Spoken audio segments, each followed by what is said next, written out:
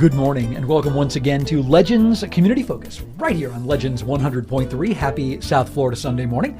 Mike McGann with you as I always am, and there's always such interesting topics here on Legends Community Focus. If it's of interest to you, well, it's going to be of interest to me too. And today is really fascinating because what we're going to talk about, it has a lot of ramifications, all across the board, whether we're talking about health, whether we're talking about the environment, and food. I love to eat and I love to cook, and today is going to touch on that as well. My guest today is Dr. David Dodson. Now, Dr. David Dodson is internal medicine, infectious disease. He's at Good Samaritan Hospital. Good morning, Dr. Dodson. Good morning, Mike. Nice to be with you. I'm very glad to have you with me. Thank you so much for coming in. Now, Good Samaritan has a very interesting program because they have a plant-based menu available, and they're the first hospital in Florida, I believe, that has that. To our knowledge, that's correct. And I think you're the one who was kind of the impetus before this, and it's an interesting story because what you saw that led you to kind of spearhead this has some really fascinating health benefits as far as recovery from illness, recovery from surgeries, and life in general. And that is this plant-based menu. So let's talk a bit about how it all came to be. Yeah, so most people and most doctors are aware that a plant-based diet is a healthier diet in general for heart reasons, for cancer reasons, for other reasons. So one day last fall, a patient of mine had been admitted and he had a heart attack and he needed a coronary stent. Okay. And I was rounding around lunchtime and I walked into his room and he was eating a cheeseburger. And I said, okay, this is a heart patient with a stent who's eating a cheeseburger. Something does not compute. Right. So I asked the dietitian to show me the cardiac menu, and each day there was meatloaf or pork or something. There was some meat-based diet in every single day on the menu, and I said, this is just not right. So I spoke with the head nutritionist and then the CEO of the hospital, and then we also got the medical staff involved, and everybody signed off. And so Good Samaritan came up with a plant-based diet, which is an optional diet for any patient in the hospital, and it's the first hospital, to our knowledge, in the state of Florida to do it.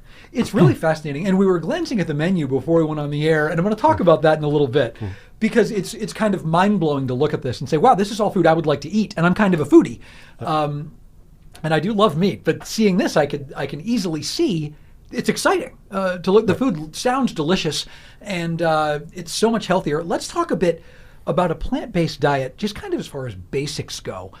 Why is it so much healthier, doctor, than a diet that includes meat and other animal products? Okay. Well, first of all, human beings throughout our evolution have evolved to be vegetarians. Okay. Our closest evolutionary ancestors, apes and chimpanzees, are vegetarians. Right. And it's only been within a short percentage of time in terms of evolution that we've become a meat-based species. Right. And so our bodies are built to be vegetarians, and indeed all the animals we eat, they're vegetarians too. Cows, pigs, everything. Sure, that makes a lot of sense. Right. Yeah. And so it's really the healthiest diet. But in specific, what's happened is with animal meats, they have contributed to heart disease by increasing cholesterol and inflammatory markers. High protein animal meat diets contribute to increased cancer and also autoimmune and inflammatory diseases. There's a complex interplay between what's called the microbiome, which is the bacteria that live in your gut, and the food that you eat.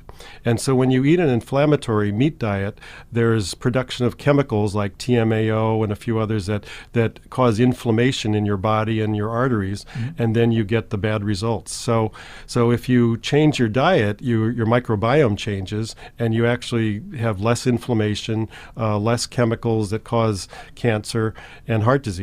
So overall, it's a healthier way to be. That's really fascinating. Inflammation is something that we hear a lot about with regards to a lot of diseases. And I've heard often that, too much of the meat-based diet increases that inflammation throughout the body and makes us more prone to those diseases and disorders. But hearing kind of that science behind it is really fascinating.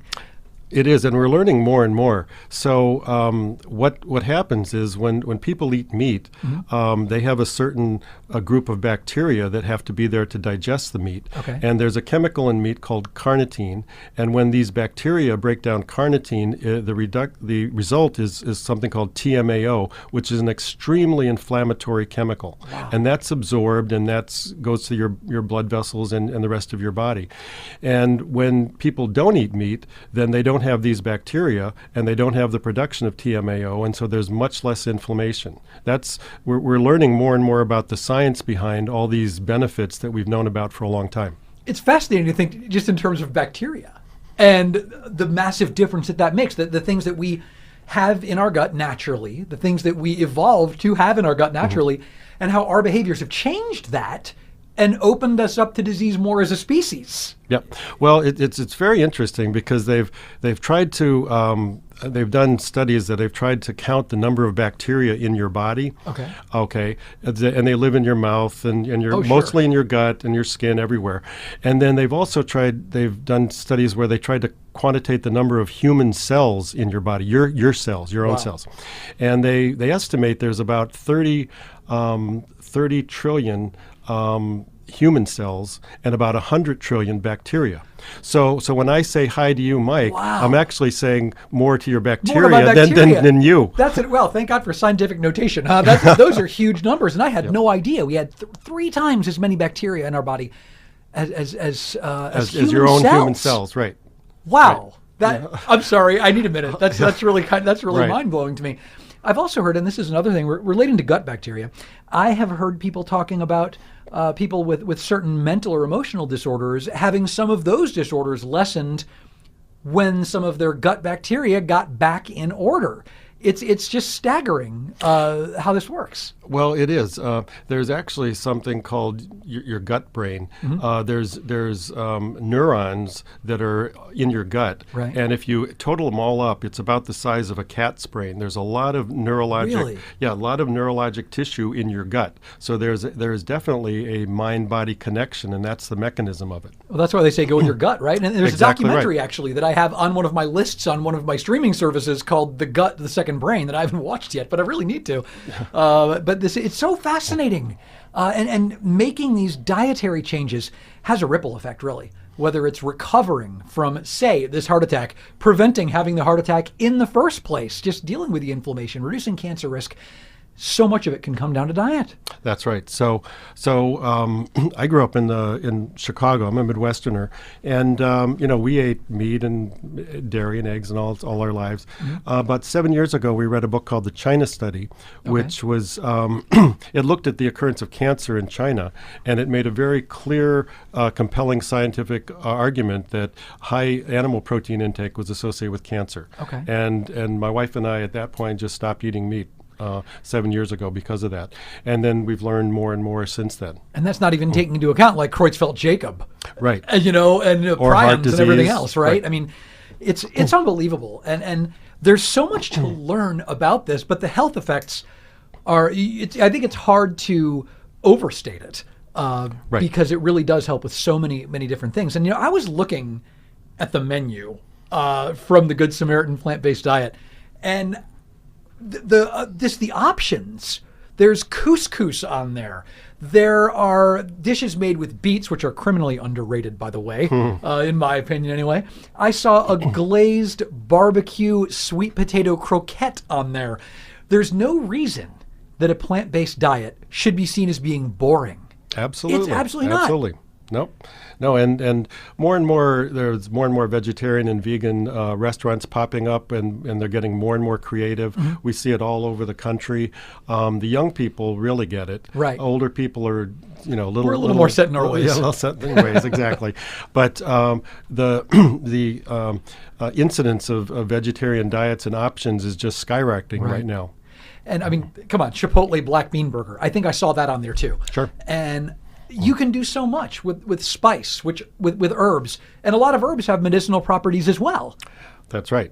And there's a whole array of chemicals in plants called phytochemicals. Okay. And the phytochemicals give the plants the color.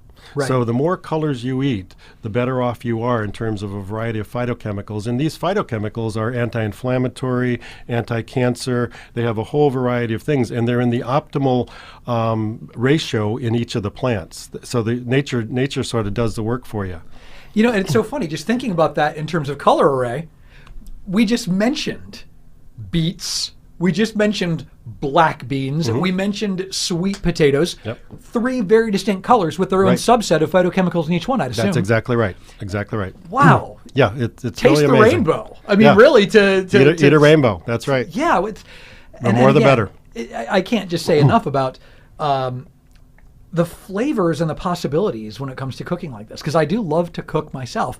And looking at this menu, the availability of something to satisfy anyone is right there. Yep. And increase their health at the Yeah, same time. so I have a lot of patients, and I recommend this diet for all of my patients, actually. And some of them say, well, I couldn't possibly do that. And some of them really do it. Right. But for the ones who can't, I say, well, then just try 1 day a week. Sure. And then eventually 2 days a week, and then sort of work your way into it. And what happens is over time, your microbiome changes, Right. your taste changes, and you actually kind of lose the taste for meat. Interesting. So the cravings go away as Yep. the bacterium, That's right. the changes happen there. Yeah. Wow, that's fascinating. It is. It's amazing. It's so cool because I sit here and I think I have always been someone that ate a lot of meat, but I've recently been enjoying a lot of different preparations of, say, cauliflower. Yep. And you can accent it in a million different ways. You can make cauliflower rice. I mean, there are so many different things you can do with it. Yep. And it can please any palate. Yeah, and so the first question we get is, where do I get my protein? Once you go from animal to plant-based. And the bottom line is that if you eat a plant-based diet and get enough calories, you'll never, ever be protein deficient. Really? And then I say, think about a gorilla, a rhinoceros, and an elephant. Those are huge, big animals. You're right about that. They're all vegetarians. Wow, and they're certainly not lacking any muscle tissue. I mean, those 3 in particular. That's correct. They're getting all the nutrients that they need on a plant-based diet. And I know there are proteins in nuts, there are proteins in beans. They're all over the place. Right. So all plant-based, it's recommended that you have at least 6% of your calories from in your diet as protein. Okay. And all plants have at least 6%. Really? There's higher, like green leafy vegetables have 35 to 50% protein. Wow. Kale, broccoli, spinach, bok sure. choy, Swiss chard. And whole grains have about 14%. Beans have about 25% protein. Fruits, 5 or 6%. So you can't be protein deficient on a plant-based diet. Wow, I never knew any of that. That's really interesting. It is. It's fascinating. There's more than enough protein to maintain that, keep that muscle building. And I saw a video actually a couple weeks ago that was showing up all over social media with this bodybuilder who is a vegan. More and more athletes are going vegan. Yeah, Absolutely. and he was saying, look, it's possible to build this kind of muscle. Yeah, you can't see it, but I'm actually posing here on the air, but not this muscle, but the bodybuilder kind, on this protein and this plant-based diet. Yeah, because you're getting plenty. all the protein that you need. And so basically it's just which fuel do you want to put in your body? Do you want to put in clean fuel, or do you want to put in dirty fuel with all the cholesterol and all the other stuff? It's a win, and the wins just keep lighting up. It's very powerful. If you're just tuning in, this is Legends 100.3. You are listening to Legends Community Focus. Mike McGann with you as always. And my guest today is Dr. David Dodson, internal medicine, infectious disease at Good Samaritan Hospital. And he spearheaded, really got the ball rolling for Good Samaritan's plant-based menu option, which is the first one in Florida for a hospital. And we're having a great conversation about this. We've talked a bit about how a plant-based diet reflects in better health in general for the human body, reduces inflammation, cuts down cancer risk, certainly fights obesity, and gets you plenty of protein, and there's no sacrificing flavor for it. But there's a large picture I want to touch on briefly, or actually as long as you'd like on this one, because this is a big one. And it does tie in neatly with climate change. And I know that there was an article that you had mentioned to me just before we went on the air, Doctor, about vegan diet and the environment and how they dovetail. Yep. Let's talk about that. Yeah, so it turns out that feeding grains to animals is a very inefficient way of getting calories. Okay. So it takes about 2,400 gallons of water, 12 pounds of grain to get 1 pound of beef. 1 pound? Yes, so What? we're using up. So 80% of the, or 70% of the crops that we raise in the United States go to feed animals. Really? Yes. Wow. And also 80% of the antibiotics that are made in the United States go to animals.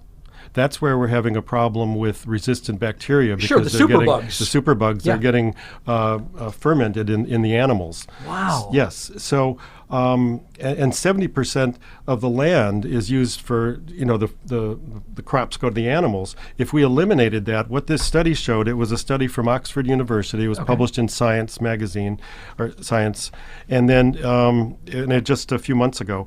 And what they looked at, 40,000 farms in 119 countries, and they looked at about 90% of the food that's consumed, and then they analyzed it for nutrient value, but also for carbon emissions, land allocation, freshwater usage, and all that. Okay. And they found that 80% of the globe's total farmland is used to rear livestock, but this produces just 18% of our total calories.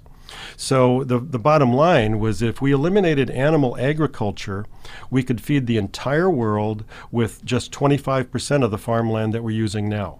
We could feed the world. It's amazing. Wow, It's amazing. That 80%, 18% imbalance is a really powerful number. It's a very inefficient way to get calories. And then not only are we using up all these things, what happens is animal meat production is the leading cause of greenhouse gases, rainforest destruction, species extinction, ocean dead zones, and also freshwater consumption. Well, yeah, I've heard about water subsidies to the cows and the cattle farms and so on. So I mean, That's no right. pun intended, it drinks up an awful lot of that. That's right. And again, overfishing. We've got the Yep. issues with that throws the natural balance of the ecosystem off. Right. It really is. Wow, the human diet has really affected absolutely everything. Well, we have a finite planet. I Yes. mean, people tend to think it's infinite. It's not. We have a planet that has just so much water and just so much air, and the population is exploding. So Right. we're approaching 8 billion people, and then if you look at all the organisms on Earth, there's about 80 billion animals. And most of those are animals that we eat, we grow up. And the other thing to think about is that the excrement from all these animals goes untreated into our environment. So we're polluting our environment, we're using up our resources for this very inefficient way to get nutrition. I read something yesterday that was sort of shocking. And I'm forgetting the computer program, so my apologies on that. I'll have to look into this. But there was a computer program that it's at MIT that kind of takes all of these different algorithms and population and pollution levels and everything else into account. And I'm not really someone who typically jumps into alarmism. I think there are solutions and trade-offs and things that we can work with. But this mentioned that there will be a tipping point in 2020 regarding pollution and population that could result in some pretty massive problems for humanity in general starting in 2040. And it was really, so much of it came down to pollution and population. And the plant-based diet, the change to that kind of agriculture, would deal with quite a bit of that pollution. It would handle a lot of that, and if there's any even small thing we can do to change that tipping point, now's the time to do it. Yep. Well, there's a book called Drawdown. Okay. And what they did was they looked at all the top 100 causes of climate change, and they did a mathematical analysis, and they put values on them. And the fourth most effective thing out of 100 that you can do to combat climate change is to change to a plant-based diet. Really? Yes. So the animal agriculture produces more global warming gases than the entire transportation industry. I've heard that before. It's the methane and the other gases that are produced by the cattle are more dangerous for the environment That's correct. than the cars we drive. So if you want to do one thing to help your planet, instead of buying an electric car or taking a shorter shower, turn to a plant-based diet. That's the best thing you can do for your climate. And I can tell you once again, it's pretty painless too when you know what you're doing. Like I ate not too long ago some vegan brownies that had zucchini and applesauce in them. Yep. in the place of eggs and some other things. And I was really kind of floored because the friend of mine who made them didn't tell me what they were. And I was like, it was really good. Like, they were really moist and they were fudgy and I was really into it. And then they were like, that's a vegan brownie. Yep. And I was floored by that. There's no reason to sacrifice flavor. There's no reason to sacrifice interesting preparations and texture. Everything is right there that you need. Right. And it's reflected in that menu from Good Samaritan that you showed me. Yep. Well, interestingly enough, the American Medical Association, the American Cardiology Association have all come out with statements encouraging hospitals to go more plant-based. Okay. And more interestingly, on June 1st of this year, the California Senate passed a bill recommending plant-based diet for all hospitals and prisons in California. Wow. That bill goes to the House now, but the Senate unanimously passed it because it's a healthier diet for people in hospitals and prisons. It's cheaper, right? And it's overall it's just so much better, and so they recommend it. So here we have a California Senate recommending this. And looking at it purely, it can come across as cold, but let's look at it economically for a minute. If we're considering better recovery after surgeries, fewer second heart attacks, fewer first heart attacks for that matter, decreasing obesity, decreasing diabetes, yes, decreasing chronic diseases. The side effects of a plant-based diet are you lose weight, you have more energy, you have decreased degenerative diseases, and you have a longer life. Those are the side effects of a plant-based diet. Yeah. It's something. And when you take the monetary part into account as well, when you talk about insurance costs, when you talk about costs of healthcare, childhood obesity, the future ramifications of that, it takes a lot of that out of the equation, and it literally is so much more cost-effective overall. Yep, absolutely. I can't say enough about it, just because, again, I'm someone that I've always been a meat eater, but during the recent months, and so you're very timely today with this because this is something I've been looking at as well. It's I'm converting. I know, it's amazing. If my wife is listening to this, her mind will be blown. But it's something that I am increasing in my own diet. And hey, I'm really thinking making a full switch now, just as a result of this program today. Well, I'm glad. I hope your listeners do too. And so a plant-based diet is healthier for you. It's healthier for our planet. What good is your health if your planet's dying? And then also think about all the billions of animals that are slaughtered every year. So and then you're taking this, the animals are tortured and then killed, and you're taking this into your body. So from a Buddhist theologic perspective, it's a better way to live is to not eat the animals. Well, to look at it from the standpoint of everything being connected, certainly. That's right. And physics backs that up too, but that's a totally different show. But there's an awful lot to it. How can people learn more about this, Dr. Dodson? Well, the best source that I tell people to go to is there's a website called nutritionfacts.org. Okay. And Dr. Grieger is behind this, and it's a not-for-profit website. And it's 2-minute videos on any nutrition topic you want, and it's all science-based. Everything has references from the scientific literature. So it's the best fact-based nutrition source. There's a book that he wrote called How Not to Die, and it goes through all of this, and he recommends a plant-based diet, and he goes through all the different diseases that occur when you don't eat that. Wow. Yep. And then there's a couple movies. The best movie on Netflix is called Food Choices. Okay. There's the granddaddy of all these movies was Forks Over Knives.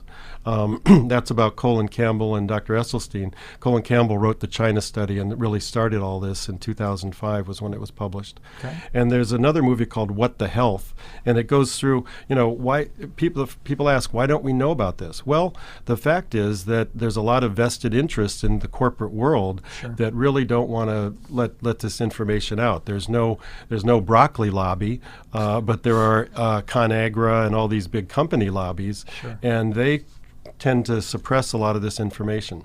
And the thing about it is there'd be a lot of money to be made through this. It's not, I think that by switching over to this, by working with some of the other farming techniques, there'd be higher profit margins too, because there's less waste involved. It's just the transition is something that people are terrified of, I guess. Yeah, so one of the really growth industries is non-meat meats. Oh, yeah, so, sure. So there are burgers Beyond Meat, and there's something called the Impossible Burger. Yeah. These companies are making plant-based burgers that taste just like regular burgers, but they're all plant-based, and their stocks are skyrocketing. Everything is. There's one on the menu at a pretty well-known chain. Yeah, at right near here. BurgerFi. BurgerFi. Yeah, they have an Impossible Burger. And I see it listed right there on the menu, the Impossible Burger. And it looks, but it's interesting. I've had people that have loved it. Yeah, and, it's great. Yeah. There are plenty of options out there. You can learn so much more about this. Visit nutritionfacts.org. That is nutritionfacts.org. Yep. And find the China study. Read that as well. Yep. Food choices, forks over knives, and what the health. Those are all available on streaming services, Netflix and so on. Yep. So check those out too. The benefits for everyone, for your health, for the health of your family, for future generational health, for the health of the younger generations, for the planet in general, for a lot of animals. The benefits roll on and on. And again, you can learn a lot more at nutritionfacts.org. So check it out. This has been Legends Community Focus, and we are pretty much out of time. I know, it flies by, right? It does. My guest has been Dr. David Dodson from Good Samaritan. Dr. Dodson, thank you so much for taking the time to come in. Mike, thank you so much for your time, and I really enjoyed being here. It was a lot of fun, and I learned a ton today. Well, stick around. There's lots more wonderful programming on the way here on Legends 100.3. Happy South Florida Sunday. Talk to you soon.